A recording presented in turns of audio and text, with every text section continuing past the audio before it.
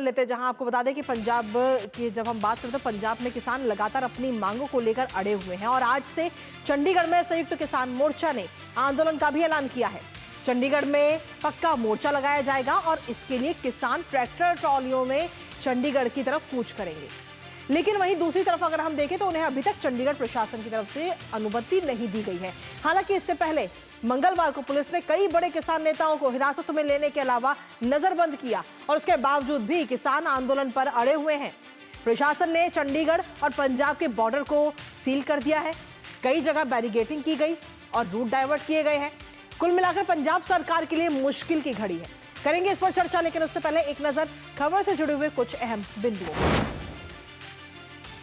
तो चंडीगढ़ में किसानों की तरफ से ये कूच किया जा रहा है, जहां 18 एंट्री पॉइंट को फिलहाल सील कर दिया गया है। साथ ही 1200 जवानों को तैनात किया गया है।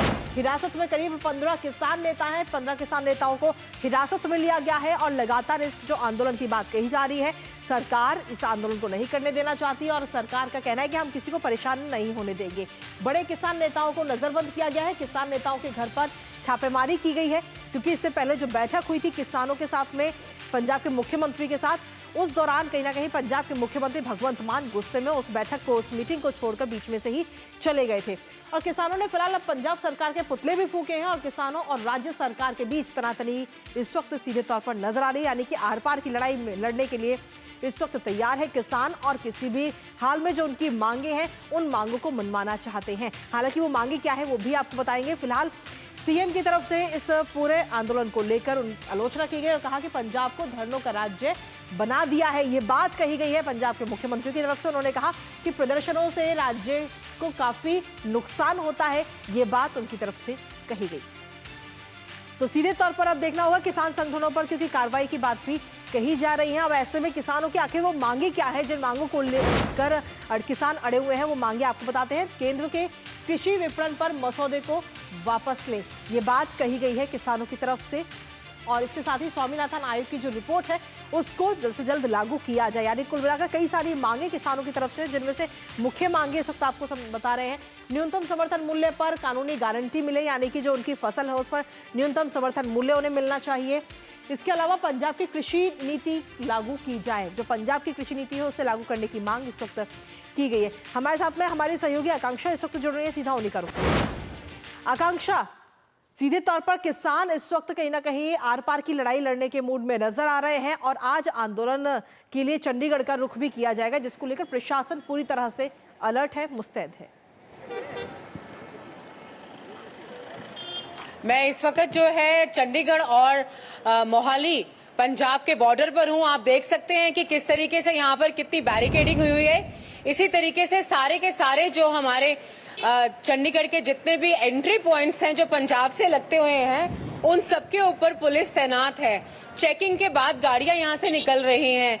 उसके अलावा पंजाब सरकार में भी बहुत जगह पर नाकेबंदी की जा रही है और जोगिंदर सिंह उगराहा जो फार्मर लीडर हैं, उन्होंने भी एक अपील करी है सारे अपने सहयोगियों से कि जहां जहां भी पुलिस रोकती है तो उनसे झड़प नहीं करनी है और जहां उन्हें जगह मिले वहीं पर प्रदर्शन करने के लिए उनको वहीं रुक जाना है। उन्होंने भी ये अपील करी है कि किसी भी तरीके की जो लड़ाई झगड़ा नहीं करना है और बिल्कुल शांतिपूर्वक तरीके से वो चंडीगढ़ आकर अपना मोर्चा यहाँ पर लगाना चाहते हैं, जिसकी अनुमति चंडीगढ़ एडमिनिस्ट्रेशन ने इस बार नहीं दी है।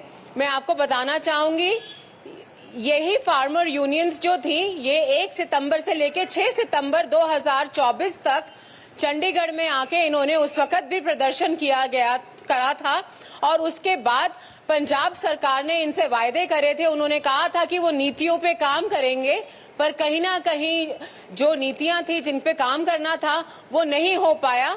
उसके चलते इन्होंने ये कहा था कि 5 मार्च को हम दोबारा से जो है चंडीगढ़ पे अपना धरना लगाएंगे।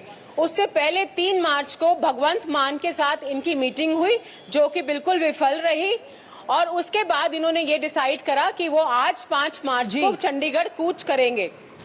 इसके चलते ये भी आपको बताना चाहूंगी कि पंजाब में अलग अलग जगहों पर फार्मर यूनियन लीडर्स को नजरबंद और उनको हिरासत में ले लिया गया है। कुछ 35 से जो यूनियंस हैं, उन्होंने आज चंडीगढ़ की तरफ मार्च करना था। ठीक है, फिलहाल बहुत बहुत शुक्रिया आकांक्षा, तमाम जानकारी हमारे साथ साझा करने के लिए। इस खबर पर आप अपनी नजर लगातार बनाए रखिएगा। तो कुल मिलाकर हम देखें तो आज किसान जो है आर पार की लड़ाई के लड़ने के मूड में नजर आ रहे हैं। हालांकि देखना होगा कि इसको लेकर पंजाब सरकार की तरफ से और आगे क्या कुछ कहा जाता है इस आंदोलन को लेकर। नजर हमारी लगातार इस खबर पर बनी रहेगी, लेकिन इसी के साथ फिलहाल न्यूज पंच में मुझे और हमारी टीम को दीजिए अनुमति।